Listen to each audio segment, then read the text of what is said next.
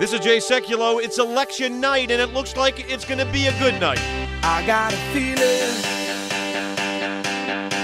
that tonight's gonna be a good night. That tonight's gonna be a good night. That tonight's gonna be a good night. A feeling. We are live, coming to you on stations throughout the United States, and of course online at aclj.org. And we've already got some stations to report, actually some races to report. Jordan, Florida looks like one, and one in Delaware that not surprising, but unfortunate, I think.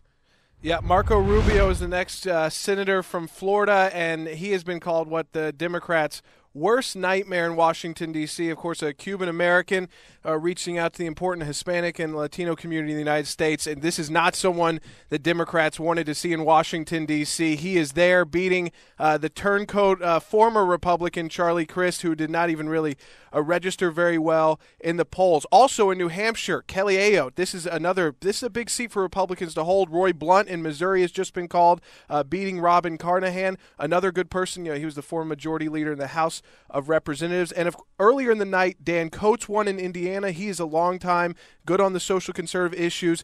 Rob Portman won in Ohio in the U.S. Senate, and someone that I know a lot of our listeners are excited about, and we're on in Lexington, Kentucky right now, Rand Paul will be in the United States Senate, Tea Party backed, and someone I really like because he identified himself in an editorial for the USA Today as a constitutional conservative. Yeah. So things are looking good tonight. All right, folks, we want to hear from you. What was it like in your polling place? What is your sense? Why did you go to the polls, and why did you cast the vote you did? Do you think the health care issue tomorrow morning is front and center once again with Obamacare? Let's go to Terry, calling from Kentucky on line one. Terry, welcome to Jay Sekulow Live. Hi, Terry. Hi. How are you? You're on the air. I'm doing great. I was calling in to tell you that I'm tired of the way the Democrats are voting in Washington, and I am a Democrat, and I just got tired of it. And then when the Tea Party, I first heard about it through Sarah Palin, and it was just, wow, why didn't anybody think of this before? And when Rand Paul ran here, I asked my whole family to vote for him because my birthday was a couple of days ago, and I said that's what I want for my birthday present. Well, good for you, and happy birthday, and congratulations in Kentucky. You've got a great new senator that is a Tea Party favorite, that's for sure, probably one of the Tea Party leaders. Interesting that and I think this is true, Jordan had put this forward in an editorial that he did for the Washington Post, this idea that in the 80s and 90s when you had the Christian Coalition and the moral majority, it was social conservatives and constitutional conservatives that were backing candidates for office. It was a force, a grassroots force. Now, and this is the difference, and I think, Jordan, we need to expand on this because it's a significant difference.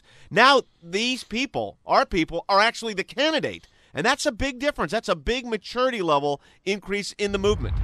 Yeah, I mean, let's talk about Marco Rubio. Grassroots, comes out of the grassroots movement, not backed by GOP establishment, very socially conservative. Rand Paul, self-described constitutional conservative, again, attacked by the establishment, the GOP, attacked by Democrats up until the end. Everybody knows the Aqua Buddha stuff.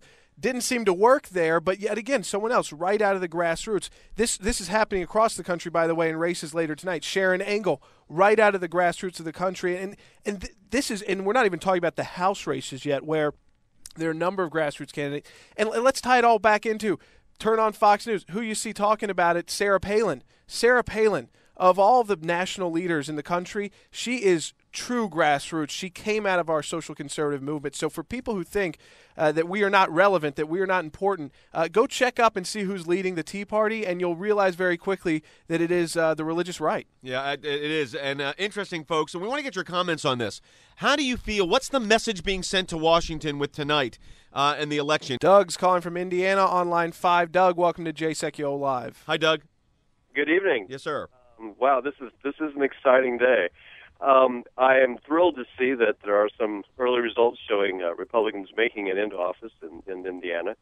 And some of the candidates that I voted for. But I do have a question and a concern, because in researching before voting today, one of the things I discovered was that one of our standing senators, who is a Republican, at least according to his official title, has basically been rubber stamping everything that's come across his desk from this current administration. I mean, his voting record has just been deplorable. Well, let me tell you this, and I really believe this, Doug. I think those days are over, and I'll tell you why they're over.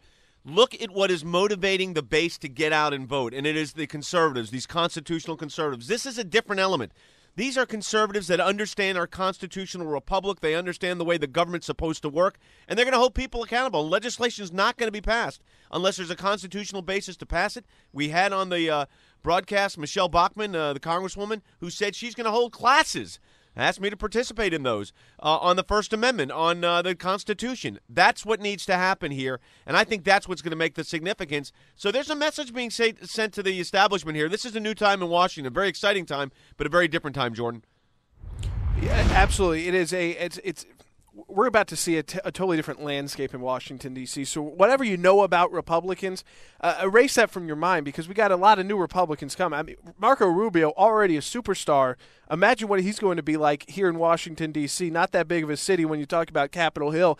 And he's going to be a spokesperson, whether Republican establishment likes it or not. He's going to be able to carry that banner. Rand Paul as well. The list goes on. I mean, we're not sure, we don't know all the outcomes of the races tonight, but what we do know is that with those two already, with Rand Paul and Marco Rubio, it's a major shakeup in Washington, D.C., because they're going to be in the media, on television, carrying the banner of the Tea Party, carrying the banner of the constitutional conservative movement.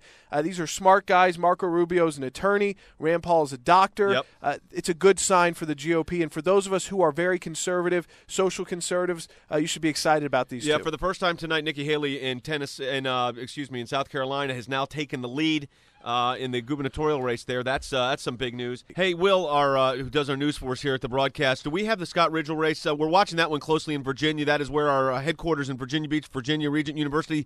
Scott Ridgel, by the way, went to the same undergraduate school I did, Mercer, and I went to I got my PhD at Regent. He got his MBA at Regent University. Of course, Jordan's a Regent graduate. The governor of Virginia is a Regent graduate, and looks like he is up by 10. So, Jordan, that's going to be a big pickup in Virginia, because that's a seat that's changing from the Democrats to the Republican if it holds 44% of the vote in, 53% for Ridgel, 43% for Nye. If that holds, a big day, and a big day for Regent also.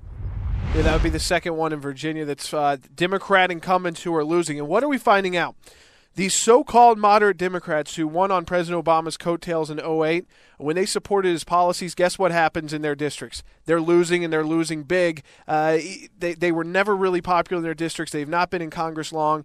And part of President Obama's strategy was to get those people elected, but they aren't going to be there for the rest of the Obama presidency, and that's because they voted against the will of their constituents. And what I think is great about this new group of elected officials coming to Washington, D.C., is that they're going to be voting for their constituents. They're not voting on a party line. They're not beholden to a president, not a Senate majority leader, not a Speaker of the House. They are beholden to their constituents, and that's how it should be. I want to play a soundbite. It's number 9 from Marco Rubio. This is the message also going, and I think this is important, also going to the Republicans. Of course, he is the now Senator-elect Republican from Florida. But listen to the message he's sending to the Republican Party as well.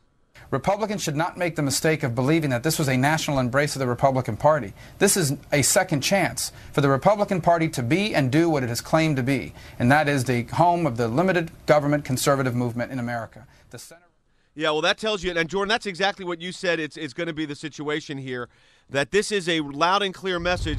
Let me say this, folks. Regardless of what happens tonight, things are looking good in the House for Republicans. We have not seen a shocker yet in the U.S. Senate. That's what to watch out for. But at the end of the day, the new group of people who are getting elected to Washington, D.C., these brand new candidates who are not incumbents, these are our people, folks, and you should be excited about it. All right, well, that's going to do it for the broadcast today. And let me encourage you in this regard, folks. Listen to us tomorrow. We've got a big announcement on our broadcast live at noon around the country and in your stations as well. Many of you that are carrying us tonight will also hear this. And that's going to be, we're going to call for the repeal of Obamacare if the House goes to the Republicans, which is what it looks like. So stay tuned for that tomorrow. It's going to be a big day.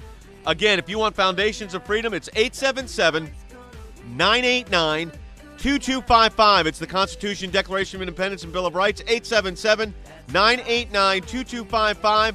Visit us at aclj.org or twitter.com/Jordan Sekulow. That does it for tonight.